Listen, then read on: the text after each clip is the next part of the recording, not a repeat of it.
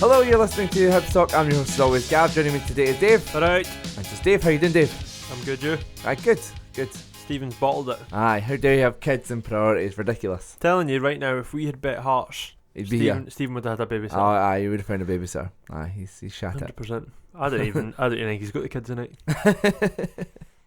I know, we have started. I did think that my tone at the start there was too cheery considering Tuesday night. What happened on Tuesday, Gav? So yeah, we're going to get into the obviously get into the derby and have a dissect all that, and then we'll look ahead to the Aberdeen game as well. So, but other than that, how you been, Dave? How's the rest of your week been? Other than Tuesday night, how's the rest of your week been? My week's been really good, apart from the night time part of Tuesday. During the day was brilliant. You were off, and got along the pub early. Yes, went along to the Harp and got a sell table and that, and it was brilliant. Great night, great atmosphere. And then the football started. Happens all the time. Happened that night at Christmas against Rangers. Yeah. The exact same thing. Absolute brilliant night. You go along to football and completely that was a good night. arse falls right out the it. Rangers game. And I went and played table tennis earlier on the day. How was that? Brilliant. Aye. Everybody should play table tennis. I'm dyspraxic and I've got no hand-eye I coordination. bet it's such a good wee game. Aye. And you're darting about the place and it's intense. It's brilliant. Good. Telling you. Aye. Good wee sport. Good stuff. So as I said, we're going to get into the derby of the day. So let's just get started with that. But obviously one of the things was from the game, which kind of news and stuff, was Mark McNulty. I mean, should have seen red card on the night if the referee had seen it. Aye, 100%. Yeah. And off the back that it's been looked at retrospectively in a 2-match ban. Do you agree with that? Aye, deserves it. Yeah. If anybody else had done that, we'd be calling them everyone under the sun. So he needs to have a look at yourself and realise you can't be doing that kind of shit. So I know it's good to see he's got that passion for the derby, but you got to keep a level head. He did jump in somebody's back when they're on the ground. Aye. So in terms of going forward, what I'll kind of ask you what you would do, and then I'll ask what Ross would do. So obviously the options are to bring Gullen in to start.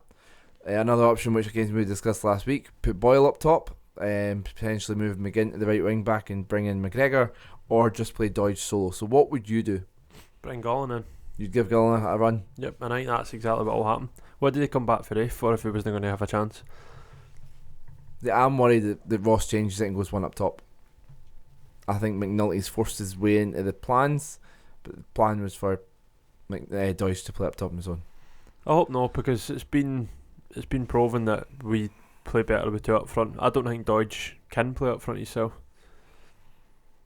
I don't know, he has done it at times. Did he not play up top himself against Dundee United? Or was that no? I'm sure he played up top himself that day. No, played 4-2-3-1. I can forget what I had for my dinner last night, mate, and you're wanting me to pick a formation for.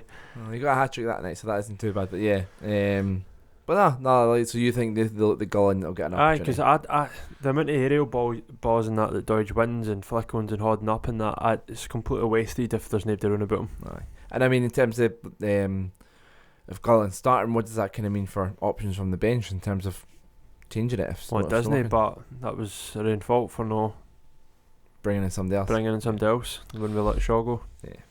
Okay, so let's just get into the derby then. Just, I mean, your overall kind of thoughts on the performance. We'll start with what about that tweet? Hi, yeah, you like. I'm gonna get this up to read it out. So yeah, tell everyone, for the people that don't know, tell people about the tweet. Well, in that way, we've on Derby Day. I said this. I was basically being bipolar. 1 minute I was completely confident. The next minute I was like a completely different person. I was nervous. I was shouting myself. During one of my moments where I was really confident, I was like sitting on Twitter and I was like, bit of banter. Screw the 3-word review of the night. When we win, I think the big when. Yeah, when in capital letters. Yeah. When we win tonight, we won't be doing a 3-word review. Yeah. You can ramble on in as many words as you want. Yeah. More the merrier. Here's our 3-word preview. Fuck the Hearts. Which, excellent when you think, like, in hindsight, it's not the best. Yeah. But before it, I was perfectly happy with that tweet. I was like, wee bit of a laugh, and after it'll be like, told yous. But no. So on Twitter, there's a thing called impressions, and that's times people saw this tweet on Twitter. It's just shy of 50,000 at the moment. I know. And then Paul, my manager, Hearts bastard. That's just, there's no point saying anything else. That's exactly what it is. Can't stand him. Him with his wee Woody gif and that. Oh, he's out of the moon about this.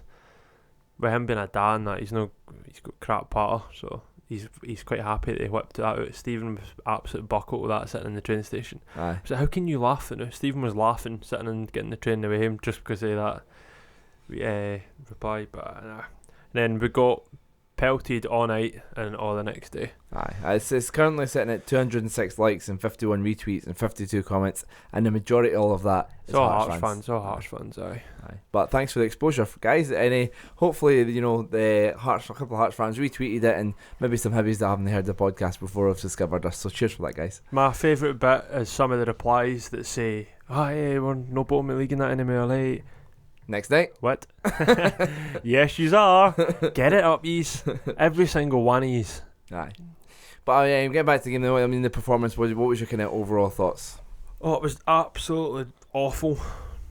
I was doing a pee at half time, and who was away? Was it you or Stephen? Wasn't me, no. No, it must have been Stephen.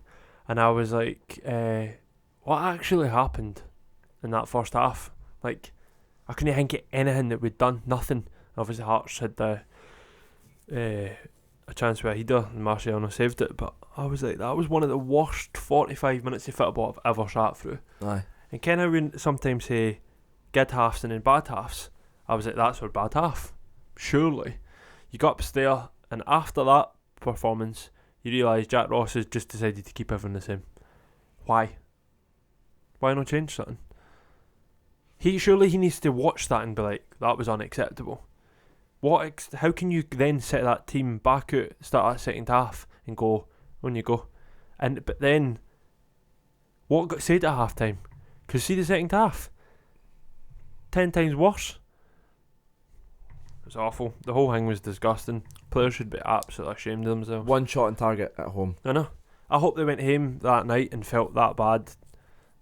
They should have felt absolutely awful. We talked at the start of this about the tweet that you put out. Obviously, how confident a lot of Hibs fans were, how confident we were. Do you think the players were too confident too going into it?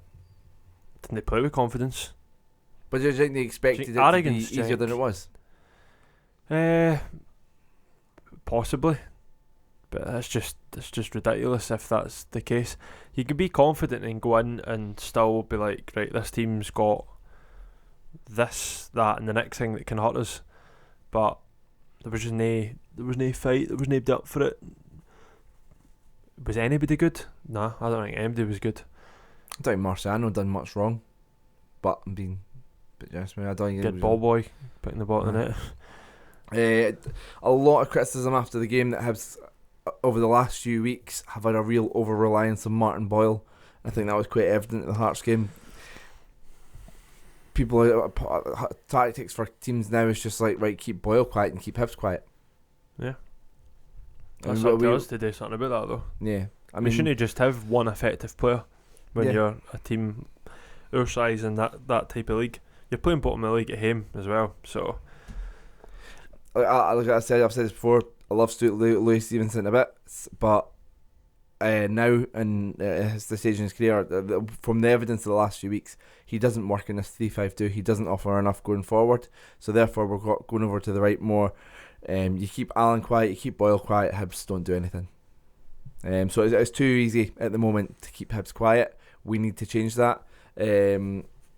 I think we need to maybe change things up for Aberdeen game, but we'll come back to that. Omiyonga given an opportunity, did he take it? Nope.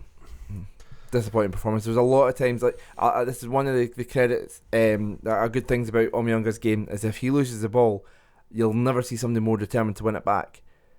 But you've seen that happen too many times because he lost the ball and was running backwards to try and stop a counter attack or stop something that was because he gave the ball away too cheaply. Yeah, he's had his chance now, and for that many people, like for that position, that see if I was like Halberg, I'd be like, right, when am I getting my turn now? I think you've seen that in his goal celebration. Yeah, I know that was an angry celebration. That was like, why the hell am I not playing? Yeah, I'm good enough to be playing this team and getting this team forward. Yep. And I think he is. I don't know. I really liked him in the first 6 months, and I've been disappointed to see him at the team. Don't get me wrong, I love Omyanga. Personally, I'd like to see Allen rested and Omyanga played in that number 10 role. But I think at the end of the day, Halberg's our player and he's here on a 3-year deal. Omyanga's on a loan. I want to see. I hope Omyanga comes back, but that's not a certainty. And until that is, Halberg to me is a priority in terms of who gets minutes. So see, when you say like I want Allen rested, why not just say dropped like you would anybody else? I think he does need rested. I think he deserves to be dropped. I don't think he deserves a rest. I think he needs to be taken out because he's not good enough, or he's not been good enough. Yeah. Not because, oh look mate, you look tired and that. Nah, you've been shite. Like, you need to come out. There's other people here. So, and that's one thing that Stevie Mallon might bring back out of Allen. Allen's like, oh, I need to put a shift in here because there's somebody that can take my position now. Yeah. So good to see him back training. I don't know how soon he's going to be back, but he's back running again. So hopefully, get him back soon. Because a couple of weeks ago, we thought he's never going to get back in his team. Now we're looking at him like actually there might be a position for him. So, just quickly, David Cummings has got in touch on Twitter, asking about the game and asking if we could maybe do a players rating. So, anytime you guys have got suggestions for the podcast, feel free to get in touch with us, just like David did. So he was sort of saying, just like you get in the papers, a 0 to 10 rating for the players. Great. So just quickly running through the team, Dave. Just shout out a number and then the ones that will maybe stop on a couple of them. So Marciano out of 10. 5. I'd maybe give him a 6. I think he not much could do wrong. Jackson. 2. McGinn. 2. Hanlon. 1.5. Why 1.5 for Hanlon? Because he was poor, never really done much. He was a wee bit worse than Jackson, not as bad as Stevenson. So next, I think just because we've done the defence, Jackson and Hanlon got a lot of criticism for the second goal was the counter attack? No, third goal. It was a third goal. Third goal was the counter attack. I have to say, I think that's more the midfield. Like the defence are the Jackson and Hanlon are left stranded, just the two of them. We were pushing for a goal back so much that left Hanlon and Jackson really exposed. They played off. They tried to play the offside trap too much, and kind of that's what allowed Washington in, and he took his goal well. But yeah, other than try to do the offside trap, I think they were left a bit stranded. To be fair to them for the third goal. Think. Aye. Honest, that was just my own opinion. Yeah, but quite poor defending for me.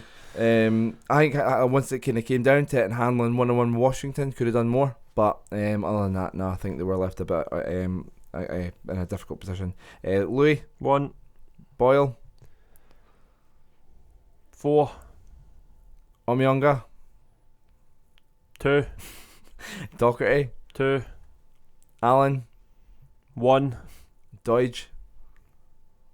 I kind of really didn't do anything, but I suppose kind of tried a wee bit. 2. You don't give anybody a 3. Don't McNulty. I like number 3. McNulty. 1. Right. He was absolute dog meat. Aye. So I mean, people may think that like those sort of ratings are quite harsh, but I think to be fair, like the Italian media or is it the French media, one of them, when they do their 0 to 10s, they're quite. The thing is, I'm a fan I've not watched any of the game back. I have. I'll talk about that in a minute. Well, though I've seen the third goal back. I've seen it on Twitter or something, because obviously I left before the third goal, because I'm not sitting putting myself through that. But I don't think that is overly harsh. If you're a Hibs fan and you sat through that the other night and you didn't find that like completely unacceptable to those kind of levels, against that shite, then I don't know what to say. Aye. Don't know what to say to you. Do they not always score a screamer at Easter Road too? Aye, they do. I was talking about this. They never score screamers any other week. Always at Easter Road. Save them all up and then Aye. Oh well. I work for a television company and that now sells BT Sport. So BT Sport has been on TV the last 2 days. On the where I was sitting exactly in front of me, there's a TV. Like, as soon as you lift your head, you see this TV. So, as a wrestling fan, Raw and SmackDown's both been on a couple of times, which was good. Arsenal-Chelsea ladies game was on, which kind of watched that. There's been highlights of the Premier League, but there was also the full match replay of the Hibs Hearts game on the Wednesday. And I'm like, you are kidding me. This is so... I seen more of it again. It's sort of one of those things that you try to keep on like looking down, and naturally, just because it's like... You turn around and you see it again. You need to get one of the things that horses wear. Aye. That you can't see it at the side. Yeah, I needed one of them. An extension onto your glasses that you can't look up. Aye, I needed one of them. So I have unfortunately seen it twice. I did watch the goals back and prep for this and stuff, and that was fun to see again. So there was an interesting post on .net in regards to our two. So somebody was arguing that our two biggest home games since Jack Ross came in was Rangers at home and Hearts at home, the two you've kind of mentioned in terms of your drinking sessions. And we lost 3-0 to Rangers and 3-1. What would you kind of say? Would you agree that they've been our two biggest home games? And that we've kind of came up short on them? Yeah, definitely. It's the biggest home games every season. So, he's had day two, and both have been completely unacceptable. Like, worst performances of the season. So, it's not good enough. And that to me is like a big red flag when it comes to this Hibs team and what we potentially can do and can't do. To be fair, as somebody put in reply to that, big results against Motherwell and Aberdeen, though, both at home. Yeah. So we have delivered big home results. Motherwell and Aberdeen aren't that good. They're both stuttering. Like, nobody's taking that third spot and grabbing it with the balls and being like, I want that. Well, Motherwell have since last night, but I think they're like kind of middle part of the Premier League this year, so probably one of the weakest it's been. Any half decent team would have strolled into third and then be out of sight. So I'm not entirely. When I use the word pressure here, I'm not entirely talking about his job secure or anything like that. Like I'm fully behind Ross and that he's the man. But has he put pressure on himself in terms of these two results? Speaking of last night, you don't lose a derby like that. So to me, he can be as cushy as he wants and feel as comfy as he wants, but see, that's unacceptable, and he needs to know that's unacceptable. Like, to come out after the match and his comments weren't harsh enough. He never. I know you shouldn't need to like apologise after every defeat and that, but you've just been pumped off Hearts at him. Team bottom of the league. They've only had one away win this season. Yep. That's their second one now. Both at Easter Road. Two and wins. We managed one shot on target at home at them. 2 away wins in 19 they've had, and they've both been at Easter Road. And if that isn't unacceptable, then I don't know what is. And we all pay good money to go and watch that. There was a wee bit of a feel good factor around everything that's came off the AGM. But even since February, the results, fair play, the players in the park have put a wee bit of feel good factor back in. Docherty's been a really good sign-in. But then you go and you get a performance like that, and it just unravels all the good work that you've done. And then they're going to be like, oh, here, do you want to buy a season ticket? Do you want to watch many of the games next season for £400? Well, no, I didn't. Like, I'm not saying no, I didn't, but like, not folk that have not got a season ticket won't buy in if they've maybe went along as a one-off and be like, okay, I'm not sitting watching that every week. Brutal. First time Hearts have won both games Easter Road since 1997. Just keep firing them at the What else you got from me, Gav? How much bigger is the semi-final off the back of that, which has now been announced for the Saturday the 11th, not the Sunday? Yeah, 12:15 kick-off. Alright. Brilliant. Absolutely brutal. Know what I mean? Yeah. It's absolute crap for fans, but... No student prices. Well, get it up, you. I mean, I did leave being a student, but I've got a valid student card, so. But you've lived been a student for 6 months and you're still spawning off it. The student card says valid until next August, so I'm going to run with it. Yeah. So yeah, I'm annoyed that I can't get student prices for that, even though if I'm not a student anymore. Yeah. But it's just a I hope rubbish. nobody at the ticket office is listening. I know. You should. Your season ticket should get put up. Campaign. Let's start a campaign. But tight bastard. You still get cheap McDonald's at free cheeseburgers now at McDonald's. I've never taken advantage of that. I'm pretty sure you get a free cheeseburger. But have you got to buy a meal as well? I don't know. Just swan up in the motor up to the window and just be like. I think it's free McFlurry as well. Well, there you go. I need to look into this. Yeah, the majority of the way I'll a Google meal it afterwards. came out today. Just take a can of juice out your fridge, right, and then go down to McDonald's, and then you'll have a juice, a burger, and a McFlurry for free. Tempting. Winning. Aye. So back to the original question: how much What bigger? did you ask me? How much bigger is the semi-final now? Well, it was already massive anyway, regardless of winning. But you can't lose to them again. That's in such a short space of time. But if the performance is no, you can take getting beat in a derby. Like the Heckingbottom one was a certain to take because it came out of nothing, deflected goal and all that, and you'd be like, "You're jammy, you're so lucky in that." That was no luck. The other night. That's what's hard to take. So it's the same as the Livingston game. They knew how we were going to play. They kept Boyle and Allen quiet, and they had us where we were weak. The amount of goal, the amount of times they had attacks down. You know, they seen that gap between McGinn and Boyle because Boyle plays so much forward. They seen that gap and they exploited that side numerous times and had a lot of luck with it. I'd say it's probably a must win if Ron wants to start his AGM plans off right by saying he wants to increase season tickets year on year. Yeah, must win. I don't see how you increase if we get beat. Yeah. And finally, I mean, Tuesday was bad. There's no getting around that. But things have been great under Jack Ross. Do we need to take the emotion out of Tuesday night and kind of put it down to a bad night? Things have been good other than that. Not for me. You're that type of person though.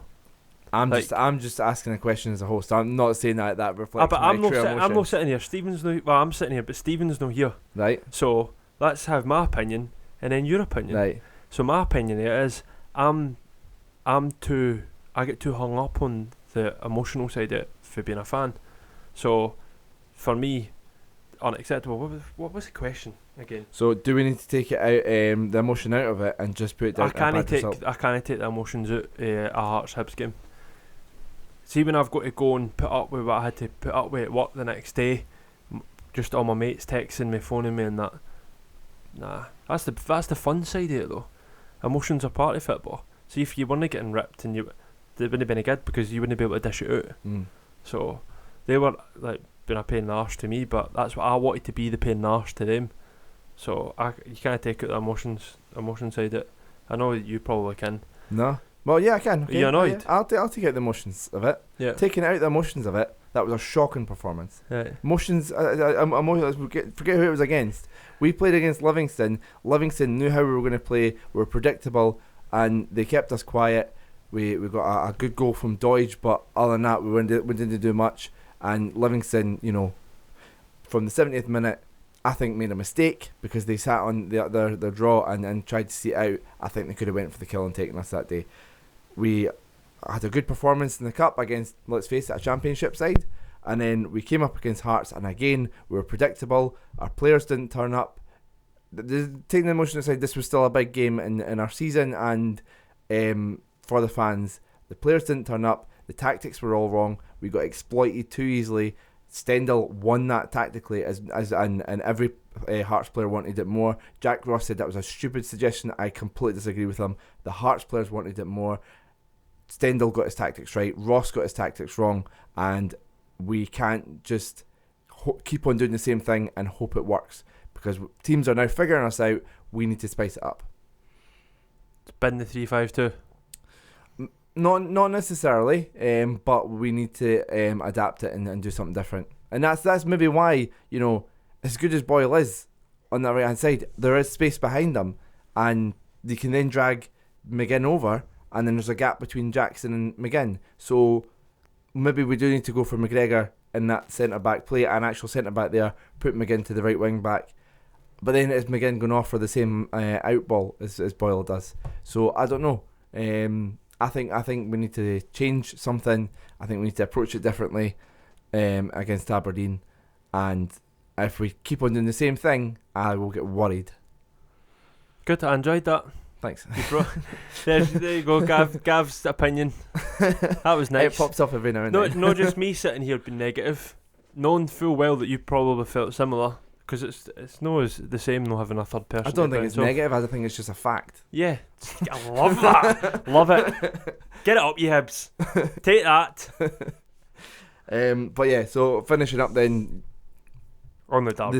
The semi-final is so much bigger now, and we need to, but really not good enough. I want to get to a cup final, as well. So I know it's against Hearts, but it's a double whammy in it. It's got to be a lot better, and if it's no, then questions will be alarm asked. bells. Yep.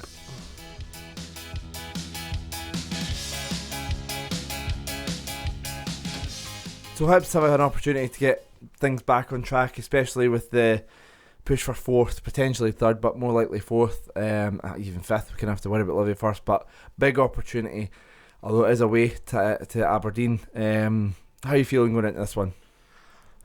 I mean, as you said yourself, Aberdeen and Motherwell have not grabbed this third place, and both of them being in different in form. They've not, but we're not exactly very good up there, are we? I don't know when was the last time we won up there. Don't know. It doesn't ever feel like a place where I'm confident Hibs are going to win. And going off the back of that on Tuesday, then I'm kind of probably even less confident, regardless of how Aberdeen are playing. But we need to go up, and it's a massive game in terms of where we're going to finish this the season. We need to win if we're realistically going to be in the mix for that fourth place. I think third's probably away now. Motherwell have too big a gap. So, I mean, we are 5 points behind Aberdeen at the moment, so an opportunity to get that down to 2. The last few games, they lost at Celtic at home. They won in extra time against Killie in the Cup, 4-3 away. They lost Ross County against Ross County at home, 2-1 that day. They won away to St Mirren, and they drew away to Killie. So their last 2 home games they have lost, so they're not exactly coming in with red hot home form. Don't know, but any team that's not doing that well or not in form, turn it around when they play against Hibs, and you pointed that out at certain points this season. It's like we're the team to stop. You want to play against to stop a bad run, and that's again to not be negative. It's what's been happening. So it's up to us to turn that around and stop people thinking like that. But and I hope it happens on Saturday, because like I say, I want something to play for going into the end of the season in the league games. Still want to be turning up to Easter Road to be like, these league games are kind of null and void. You know what I mean? You want a bit of excitement towards there the end was of the kind season. of that feel with the bottom, the top 6 last season. Yeah. So you really want to be in that mix, right until the end, for third or fourth.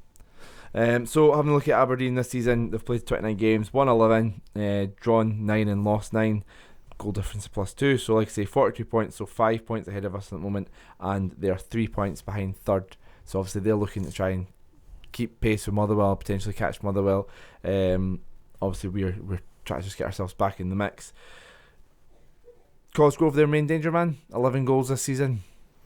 Yeah, he is. Definitely not going to be that easy for like Hanlon and Jackson if the other ones that are playing. Matty Kennedy kind of gives him something a wee bit different. I never even thought of that. He's so direct. He's been getting a lot of praise in that. I've listened to like Open Goal podcasts and that, and apparently the Cy-Ferry and that have played with him or like know of him and talking about how cracking a player he is and that. But he's made a difference to them. Probably the way they play a wee bit, change it up for just being maybe direct and bullying. They've got like somebody like that to maybe complement like how they've got Niall McGinn on the other side. So I think that kind of works. That was my next one, because Niall McGinn's a player who's kind of came back into form. You know, he was doing so well, and then he left to go. Was it China he went to? Don't have a clue. He went abroad anyway, and then didn't really work out. Came back to Aberdeen eventually, and he never seemed to be the Niall McGinn that left. Sort of a shadow of his former self, but. As the season's crept on, he started to find his feet more, and then, like you say, the addition of Matty Kennedy's gave them that balance, and he's now got 6 goals and 6 assists this season. A lot of Aberdeen fans feeling that he's sort of back to his best, so another possible danger man. So that front three, McGinn, Cosgrove and Kennedy, really something we need to try and keep an eye on. Yeah, and to be fair, our attacking play, even though we've not been performing that well, is probably something that Aberdeen are concerned with. So it's probably both defences that are the kind of weakest point. Obviously McKenna been injured as well, so it's definitely. I think it'll be a draw. Fair enough. Would you take a draw? A draw would be a draw away at Aberdeen and Pittodrie is always a good result, but at this point in the season, and because we've just lost to the team bottom of the league, it's not good enough in terms of what we want to achieve this season. So if we're serious about, we need to hurt Aberdeen at home. We need to crush their kind of hopes of, either kind of Motherwell win, give Motherwell a platform to get further away from them, or get ourselves really back in that chase for 4th and 3rd. So no, we need. This is a game. If we'd won against Hearts, a draw. If we'd won against Hearts, a draw would have been a good enough result. Obviously, you still want to catch up with them and stuff, and a win would be great. But a draw would have been good enough because we've got to beat the Hearts now. This is a must-win game now. Yeah, I hope Deutsch gets maybe half the amount of chances he got last time, because he would take them now. A confident Deutsch, you know what I mean? He's been scoring and that, so it'd be good if he even got a sniff. Aye. Obviously he's got a bit to kind of going back to that ground. Not the best of memories from himself, but since then he's been on fire. He hadn't scored at that point. No, he scored against Celtic, so he had 1 goal against Celtic, and I think won the cup. But other than that, he'd only had the 1 goal in the league, and then since then he's been on a tear. See, if I was him, I'd be going up there full confidence. So, in terms of I wouldn't look at it and be like, "Oh, that was a really bad night for me." It was probably one of his worst nights that he's had at Hibs, and everybody for that point on thought it was maybe done for him. But if I was him, I'd be like, I'm so much better now, and I had so much opportunities up there before. I'm going to go up there and prove it wrong. That's the kind of mentality I would have. Definitely. I wonder if McGee will play too. In fact, I've just thought about that. I don't know if he's even. Oh, I was wrong. That goal went down as an Ayer on goal, so he hadn't scored a league goal at that point. Christian George when we played Aberdeen, because remember the shot he hit off Ayer and it deflected in. So that was an own goal. I just checked that up there. McGee's probably injured. But obviously, would you be worried about the danger of him if he plays? I mean, he's not really let up since. Nah, he's a good player, but I think it's one of them where he'd probably work in our midfield, because it's worked for him there before. He's maybe just one of the players that play well at certain clubs, and it was definitely the case for us. So he might just. I don't even know if we'll take him back now. He's failed at Aberdeen, if he does fail, but we'll see what happens. So McNulty out. Yep. How would you set up? When you still out, innit? Apparently so, yeah. Don't know. It's hard. It is hard, because you either go 3-5-2 and just slot Gullen in there, or you do just change to a flat 4-4-2, just boil on the right and see what happens for there. But potentially even the Diamond again. Worked against Aberdeen at home, Yeah, there is options to change it. Expecting it. We could either play Boyle deep again, or we could play him up top. And then you've got the option to bring Gullen off the bench. All that I know is that, see, if I was even like Fraser Murray and that, I'd be like, I take it I'm getting a chance, by the way, after that derby the other night, because there's no way that half that team should be playing the next game. You know what I mean? So I wouldn't be bothered or offended if I seen loads of changes. I'd be like, right, fine. There's none of them deserve to wear that Hibs top on Saturday. They've got to earn it. McGregor, Murray, you mentioned, Gullen. I think they've all got Hallberg. I've all got the right to walk into Jack Ross's office this week and be like, right, you cannot justify keeping me after that. Folk need to learn. I'm your man to step up. We need a big result. I'm your man to step up. Without a doubt, and Kenway, I love that. Aye, we need that for folk. So fingers crossed, stuff that's going on. Maybe see a couple of changes. Because we need to do something different. Because I know that folk might say, oh, but it worked against Inverness. But yeah, it worked against Inverness, who hit the post and it was 2-0, and we went down to 10 men. It was still a great performance, and we took advantage and we're ruthless, and we need to see more of that. But they did go down to 10 men at 2-0. And their tactic for stopping us play was kick. Yeah. But different to Hearts' tactics and like the way they set up, and do you know what I mean? So score prediction for the game then? I think it'll be 1 each. Right. I'm going to go 2-2. I hope I'm wrong. I hope they win, but at Pittodrie is just not a place where, I've got great memories of kind of like going to visit my grandma and stuff while I'm up there, and having a good catch up with Billy, who for Nash and stuff in North East Scotland Hibs. But in terms of the performances and stuff, it's not a place I've got a lot of great memories recently. So hope we're wrong. Yeah, aye. So something comes out, and we've got something to cheer us all up. Aye. So your plans for the rest of the week, Dave? What am I doing this week? What am I doing? Absolutely hee-haw. I'm working loads. That's about it. No other plans. You?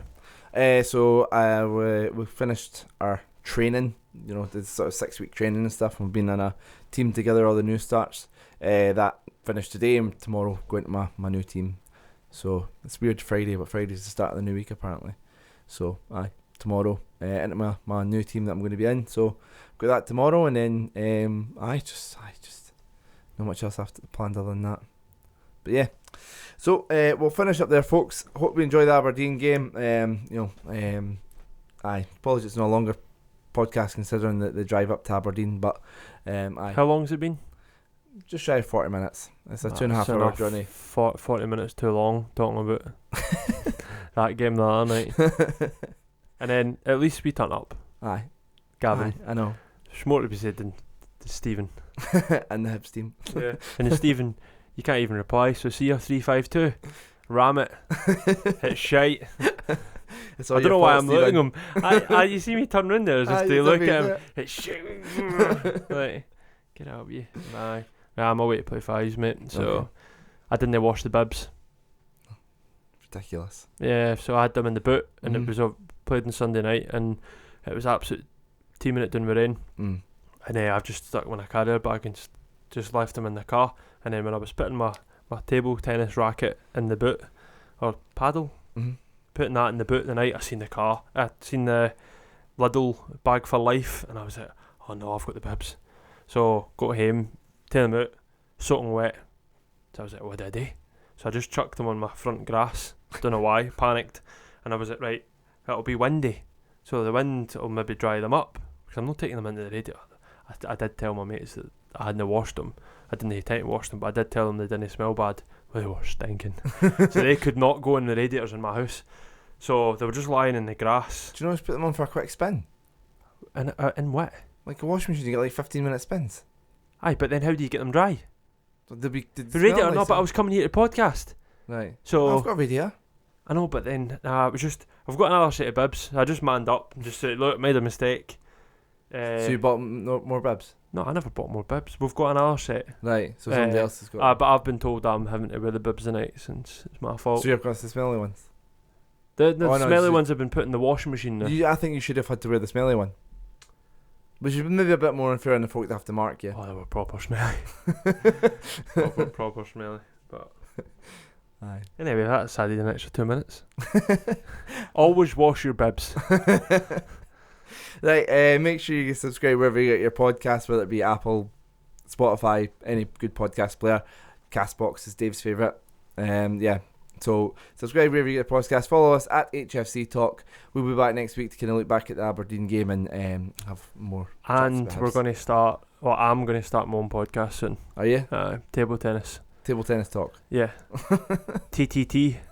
Triple T. Honestly, I enjoyed it so much. But anyway, mustache. Brilliant. Okay, thanks again, folks, and we'll see you next week.